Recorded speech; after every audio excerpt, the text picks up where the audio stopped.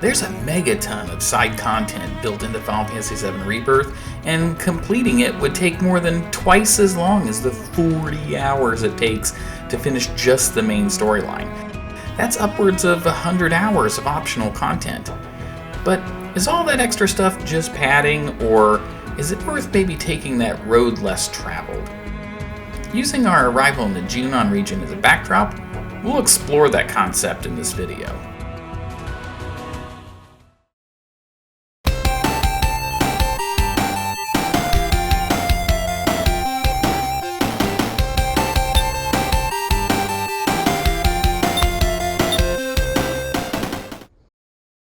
There's an almost endless amount of stuff to do in Rebirth, so to help us break down the core question around whether it's any good or worth doing, we're going to divide it into 3 parts. What side content is included? Is this content any good when compared to similar games? And most importantly, how could skipping this side stuff impact your experience? Let's begin by quickly breaking down what makes the Junon region unique, as well as what side content you'll find there. The Junon region's rocky terrain is littered with sparse vegetation, abandoned construction equipment, craggy cliffs, and so much more to discover. This is an entirely different feel from the lush and colorful greens featured in the grasslands, which felt as if it was teeming with life over every hillside. In fact, the entire vibe of the Junon region is also set apart from the bright midday of the grasslands by progressing the time of day into sunset or dusk, as well as early morning settings, making it feel wholly different while also conveying a passage of time to the player with respect to the main narrative. While the Junon area in the original Final Fantasy VII felt like a wide open space, there wasn't anything to do there other than go from point A to point B. In fact, you could run from the Mithril Mines to Junon, even with a pit stop at the landlocked Fort Condor, in roughly 40 seconds or so. Rebirth fleshes out that entire region. It's like when you revisit your high school or that house where you grew up and they feel smaller than you remember, only it's reversed in this scenario, and the geography around Junon feels much bigger instead. There's plenty to do and discover here, including scalable terrain to climb over and explore. A plethora of various items are scattered across the landscape for you to collect, for crafting or transmuting into various usable items, as well as gear that you can equip to your party. There are also walls with handholds which can be used for climbing. And unlike Final Fantasy VII Remake, you now have the ability to jump into the water and swim. As a player, the addition of swimming just offers a refreshing freedom, as it seemed quite odd that Cloud and his allies could pull off all these crazy jumps and mid-air antics, and yet they were stopped dead in their tracks whenever they encountered bodies of water. Honestly, it's actually quite easy to forget that you can do this sometimes, and now that you see an area where you want to go, but there's water in your way, you can simply take a dip and you're there. Another handy improvement is how combat is handled in Rebirth. In the OG Final Fantasy VII, your exploration was halted by these invisible random encounters, which completely took you away from what you were doing, and honestly, felt like an insanely frequent distraction until your enemies had been dispatched so you could keep going about your merry way. In Final Fantasy VII Rebirth, however, you can see enemies in real time as you move around the environment. This provides the player with the decision on whether to engage or avoid combat, and results in an incredibly immersive experience. Plus, the flow of combat is so rewarding, and the character's various skill sets are incredibly cool.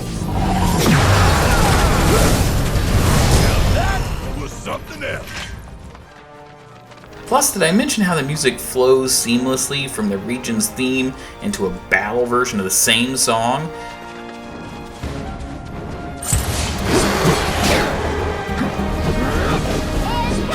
So freaking amazing. The Grasslands introduced players to a regional map populated by various points of interest, and set expectations for how the game would be laid out as each zone is explored. Such points of interest include Remna wave towers, scalable antenna which, upon activation, reveal new points of interest on the map for you to explore. Combat assignments, a unique set of enemy fiend encounters each featuring their own unique set of challenges to complete, which will enable Chadley to continue building out new materia. These battles also provide an unexpected source of humor, as Chadley and his new assistant May continually try to upstage each other as the best helper and friend to the party. Divine Intel Shrines serve the purpose of both providing a way to learn more about how the summoned beings are tied to the history of the world, while also giving you a chance to weaken the entity prior to attempting to subdue it in Chadley's VR combat simulator. Similarly, Life Springs also pull double duty in service to the game's narrative, providing the necessary exposition to flesh out the world and story of Rebirth, as well as revealing the locations of rare and difficult enemy battles, which yield rare crafting components you can use when you successfully fell the beasts. You can also fight battles in the VR simulator, for which Chadley will also be able to reward you with other items and materia. I'll admit, the Proto-Relic side quests really surprised me a bit.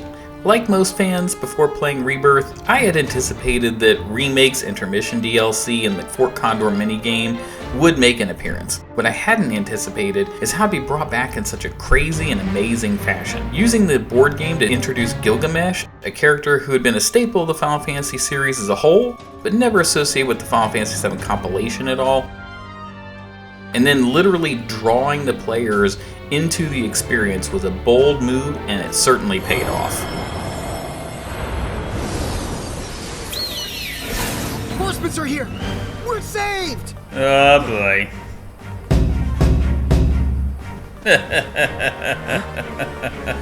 What in the hell is going on here? And why do we look like this? The minigame was quite challenging for sure. In fact, beating the final segment under the time limit provided proved to be one of Rebirth's most difficult minigames. Yes! Gotcha, Gilgamesh! 11th try. Captain! Time's up for this world. And everyone in it. And the experience with this line of Proto-Relic quests definitely left me wondering what the next region would have in store for us. We sure did. It was fun while it lasted. The Junon region also featured a Moogle house, with an expanded version of the minigame from the Grasslands. Tasked with catching all 5 rogue Moogles, players have to avoid traps and obstacles while securing the little winged creatures before time runs out. Successfully completing this quest will grant you the ability to trade Moogle medals for items which can help you on your way. There's also Chocobo stops, bus stop style rest areas to which the player is led by adorable little Chocobo chicks. After repairing the stops, you can use the benches to rest and regain your strength. If you didn't pet each and every one of these Chocobo chicks you encountered during your travels, then shame on you. Why are you even playing this game? Look at him. Lastly, the Junon area also contained various miscellaneous points of interest to be discovered, including incomplete work sites, cliffside camps, and Old Republic shipwrecks, which contain treasure for players to seek out for themselves. Catching Pico in the Grasslands might have set the stage, but capturing the Junon region's Chocobo Belle expanded on the minigame even further. Take a look as I make my way over to catch her. Use the carts to cover your approach. Okay.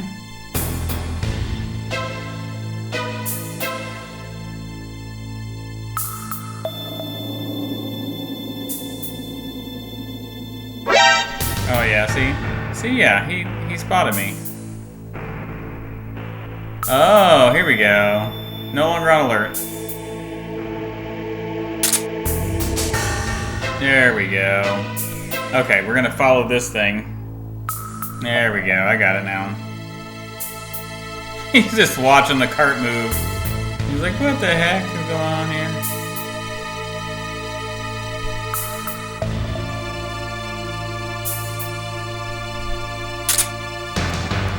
What's moving? Oh, okay. Got it.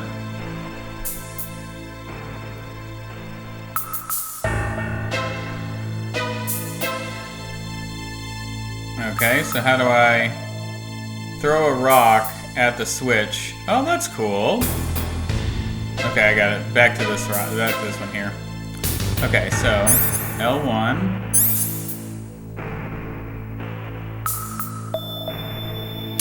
There we go.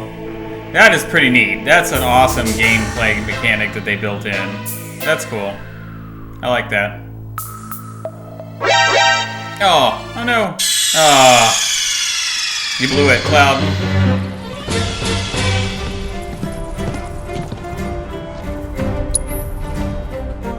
Let's try again.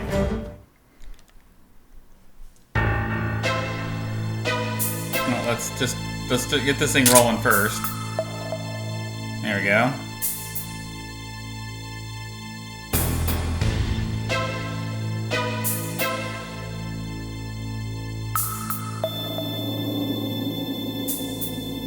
It just rolls downhill faster than we were crouch walking, so I was trying to keep up with it and messed it up. You gotta be ready to go as soon as you throw that rock.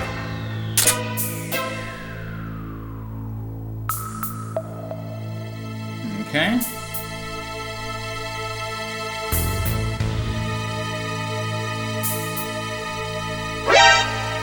Yeah, we needed to get into this patch here. Alright, we got 7 rocks now, so hopefully we'll be able to get this going.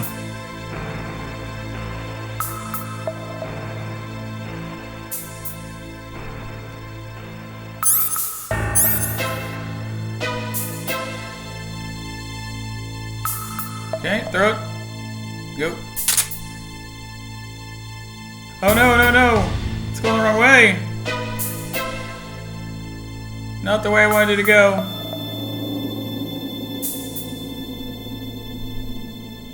Not the way that I anticipated. This is not the way I thought this was gonna go.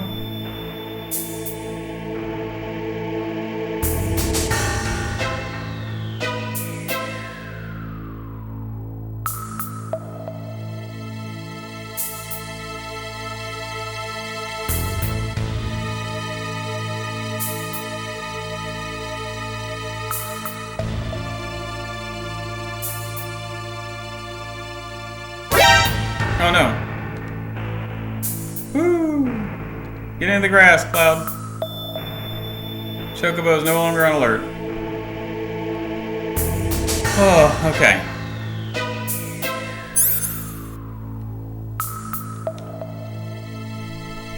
Oh, he shows no interest in the rock. Not good. Okay. I needed to use that train. Okay.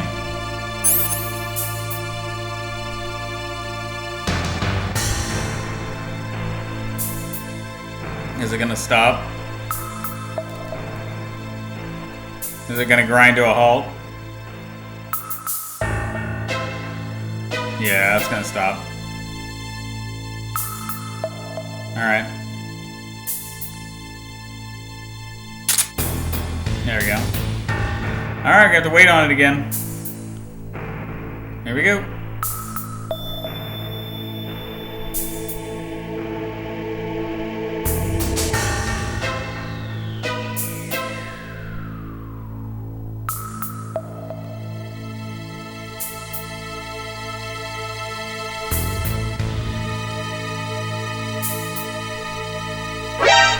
Wow, he saw me from that far away.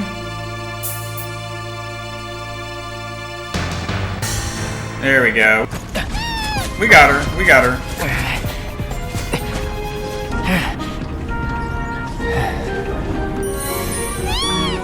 It was only after gaining access to this region's Chocobo that a few things became clearer. First, each region's Chocobo would have its own unique ability which could be used to access new areas in different ways. For instance, Belle can climb walls. The use of elevation in this form of gate-kept traversal added a fun dynamic to the Junon area for sure. Second, Chocobos can sense objects hidden underground or at particular excavation sites, which can then be sniffed out and dug up. These concealed thingamajigs can range from crafting elements to rare collectible items, or even transmuter chips, which allow players to craft better gear, or sometimes key items necessary for the completion of certain side quests. Third, Chocobo riding in each region would be accompanied by a new and distinctive musical track. Oh, listen to this theme. The developers went so very hard to build out an impressive set list for the soundtrack of this game, and hearing the Junon Chocobo theme was just one of a zillion times I was so surprised and delighted by the music featured in Rebirth. Additionally, each town or outpost in the game also features a job board, which can be used to pick up side missions from NPCs in that area. We'll touch on this a bit later on. Lastly, the game includes some miscellaneous side content. For example, the big brains at Square Enix have also created a fantastic and extremely unique minigame where you can play music from the soundtrack. It's an interesting dynamic for sure, and it must have taken the dev team a long time to figure out how to implement what's essentially playing a full piano via a console controller. I do wonder how the minigame's going to change when Final Fantasy VII Rebirth eventually becomes available on PC, but I guess we'll find out then?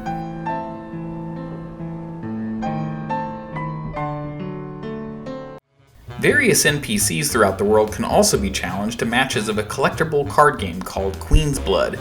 QB continues to be addictive, challenging, and fun with new cards to collect throughout Rebirth. Each NPC opponent is quite unique, and they offer a lot more voice dialogue than I would normally have expected. You with an agency? Here to sign me? No, wait. You came out here just to see the famous Queen's Blood rocker. They certainly add a lot of flavor to the world. Queen's blood is a lot like fishing, you know? Gotta be patient, wait for the right moment, then reel them in. Jumping to our next point, let's settle in and consider whether the side content is any good and how it compares to other games.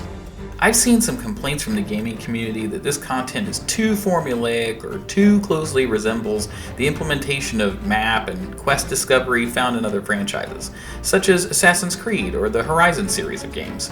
But I disagree with those sentiments for a couple of reasons. First, every game follows a formula to some extent. Structuring the world into regions which each host similar points of interest supplies the gamer with an organized structure which is easy to follow, while also grounding the side content in a world which feels real and connected to the overall story. It also helps to guide gamers where to go without leading them by the hand. Second, the primary reason why I keep falling out of love and don't end up finishing the Assassin's Creed games is because the worlds are often too open and too littered with numerous side quests which frankly aren't all that compelling. And while these worlds are admittedly gorgeous, the exploration can tend to be very basic. For example, it took me mere minutes to fire up my PS5, load up 2 different Assassin's Creed games that I own, and then cut together this montage of literally identical gameplay mechanics found throughout this franchise. A lot of time is spent in those games scaling buildings, sometimes fighting with the janky climbing controls, and then jumping off of them and running off to the next person to chase. Likewise, the combat is extremely repetitive to the point where I get bored and lose interest. You're usually either button mashing the attack button, or you're pressing the counter button before then attacking and unleashing a unique ability. This isn't an Assassin's Creed bash fest, so please don't at me about how there's also ranged combat or other elements in the Assassin's Creed games. I know that, and I appreciate those elements greatly. But even those aspects don't feel as smooth or fluid as, say, the various different weapons and fighting found in the Horizon games, for example. I draw these comparisons to say that I don't personally feel like just because Rebirth and the Assassin's Creed games share certain specific elements, that some of the comparisons being drawn are fair or accurate. I wasn't ever overwhelmed by the side content in Rebirth. One activity usually led to another one in a fairly organic way, and most of the stuff to do was tied to the world via NPCs or improved relationships with your other characters in your party. And I actually found myself completing most of it naturally as I wandered the world, or I progressed through the game. The side content was so enjoyable, in fact, that I felt like I completed it pretty quickly, even though I spent hours doing it all. The combat in Rebirth was also extremely dynamic and a lot of fun. Since each character had their own unique abilities to use, you could bounce between the characters and their varied fighting styles, however you preferred. The game also featured enemy weaknesses to exploit, and different characters could unlock a number of combo attacks, allowing for team-up moves to punish your enemies. So to me at least, it never felt repetitive or boring in the same manner as the content in other games, and I don't have any problems with the structure of the side content found in Final Fantasy VII Rebirth. One heavy critique I can level on my experience with Final Fantasy VII Remake and Rebirth has to do with photo mode. This game's visuals are amazing, and its characters and the environment, it's just a shame that it's so difficult to capture them, with the distance you can or can't zoom out being the biggest limitation by far. This is one area where the other franchises I mentioned have Remake and Rebirth beat hands down. From the ability to easily tweak different aspects to get that perfect shot, to the tremendous flexibility you have with how much of the scene you want to include in your photo. One of the best implementations I've seen comes from the Horizon games, where you can even have the option to manipulate the time of day in a shot. You can also apply a number of cosmetic changes you collect throughout the game to give your photo your own unique look. This is one of the few minor but real criticisms I have for the games in the Final Fantasy VII Remake project as a whole, and it's one aspect I hope Square Enix improves on in the final installment. Lastly, let's talk about whether the side quests are worth the time it takes to complete them, and how might skipping any of it impact your experience as a gamer. You spend the entire game traveling with your party of characters. As such, in order for a game to truly get things right, it's vital that the player feels a connection to each one of them. Not just because of their specific combat playstyle, but because they find the characters interesting or because they become invested in the relationships to each other. Each region features at least one set of conversations with these characters during which your timed responses impact certain story elements later in the game. Only person from the village I remember is you. Huh? Oh. Okay then.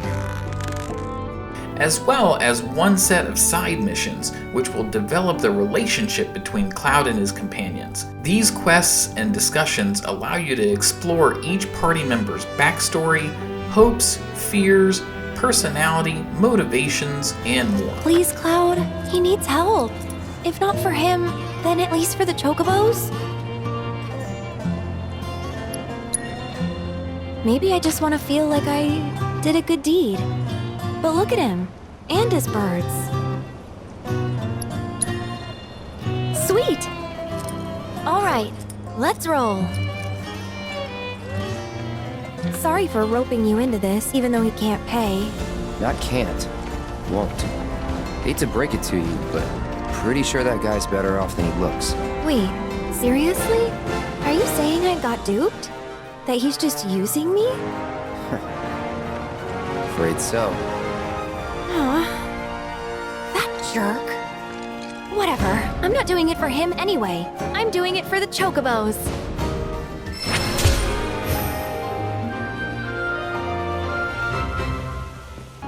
Many of these moments inject humor or play up the interpersonal dynamics between the team members to counterbalance the heavier themes of the main storyline.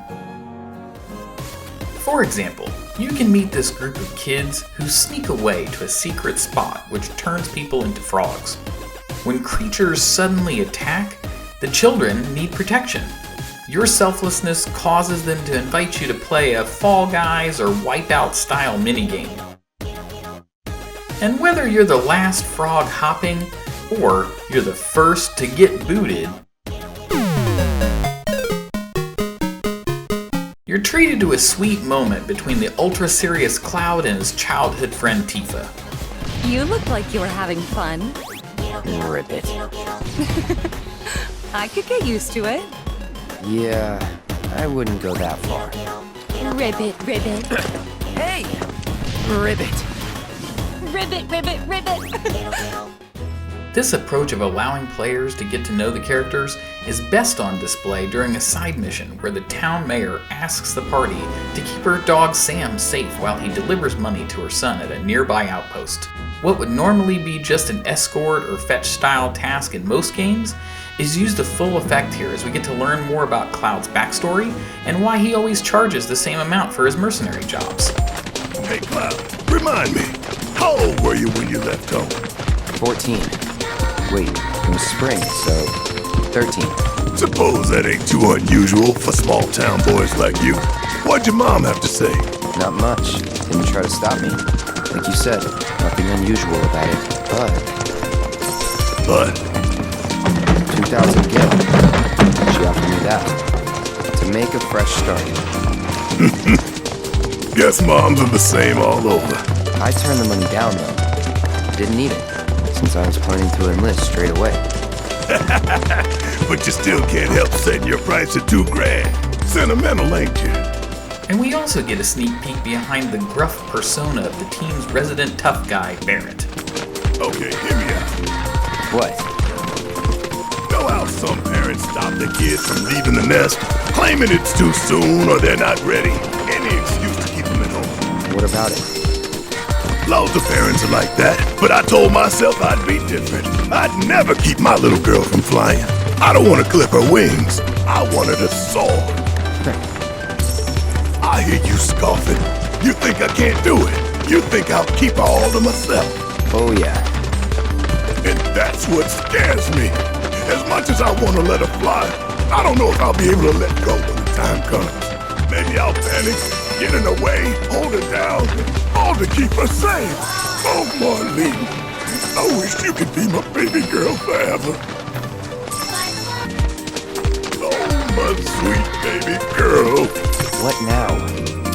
Your daddy. You silly daddy.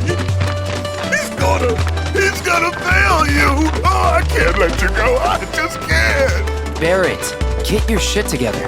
Marlene's barely out of diapers. You've got time. Right. I'm just getting worked up over nothing. Yeah, she won't be leaving me for a while. Then again... Hey! Sam, what are you doing here? Came all this way and you're still full of energy. Do I know you? We're Sam's bodyguards. Your mom hired us to keep him safe. And to make sure her boy got his allowance. Keep it. I ain't taking her money. I can make ends meet on my own. Who are they, Dylan? Friends of yours?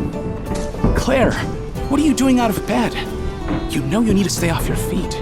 I know you came all this way, but I can't accept that. Just make sure Sam gets home safe for me. You really are your mother's kid. Got her stubbornness and everything. Have it your way. Why don't you hang on to it? This is a fortune. If you really don't want it, I'll take it off your hands. But as a parent, I'm sure you want to give your kid the best life you can. And in my experience, that don't come cheap. Think it over. That's true. We'll take it.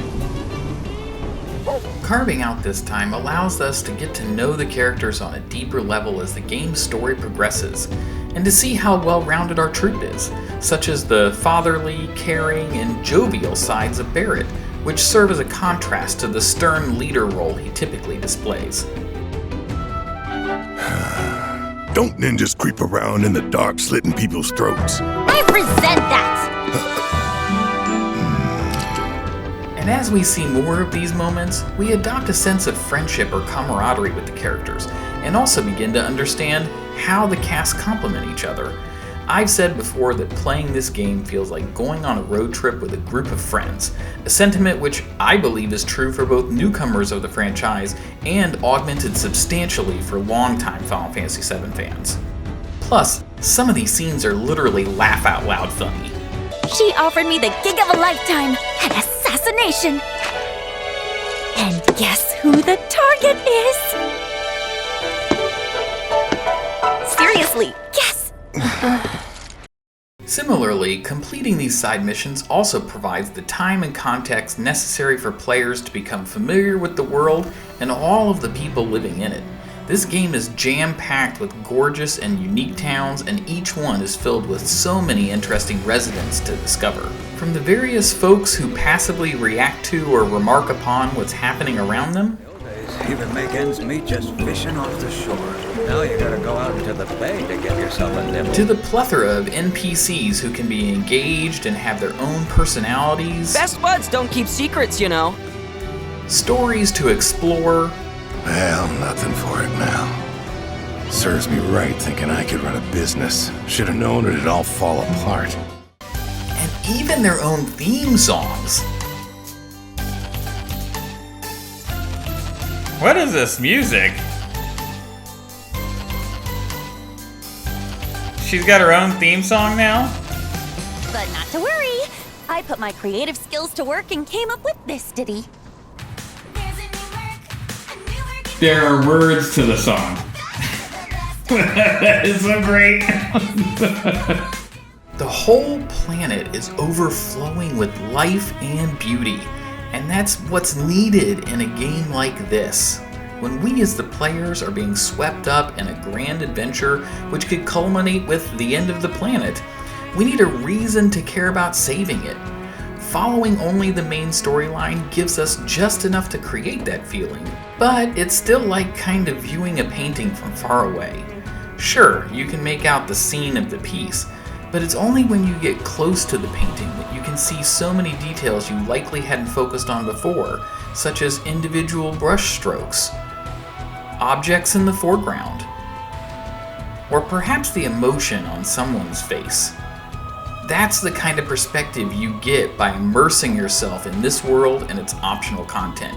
It attaches us to the world and gives us a deeper motivation necessary to propel us forward. Over there, there's a quiet little inn where everyone's welcome.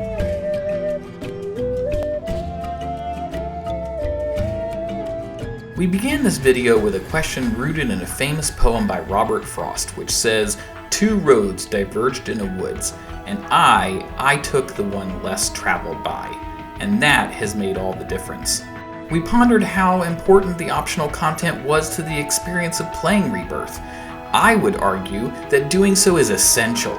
Rebirth feels like a masterpiece of storytelling because it's willing to spend the time allowing moments to develop and then remain there long enough for us to feel them. Though at least with the Steel Sky you know your limits. Out here, it's endless. I kinda get what Aerith was saying now. Yeah, maybe. The heart of the game is found in its focus on its vast array of characters as well as the relational dynamics between its main cast. We feel like they're fully developed individuals, each with their own problems and interpersonal issues to sort through. I'm sorry. It's fine. We'll find time to talk. Just the two of us. Figure things out.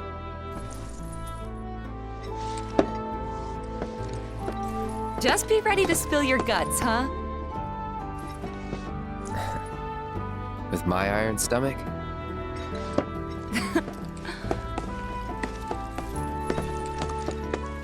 Night.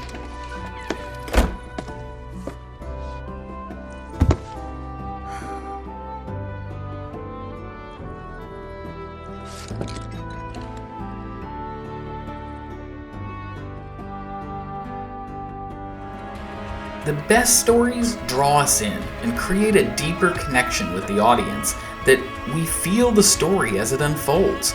There's plenty to see and do away from the beaten path of Rebirth's main storyline. Players who skip that stuff don't fully understand that critical bond necessary for the story to stick with us long after we've experienced it. As such, I feel Rebirth's road of side content to be completely worthwhile and truly makes a profound difference. See you all out there!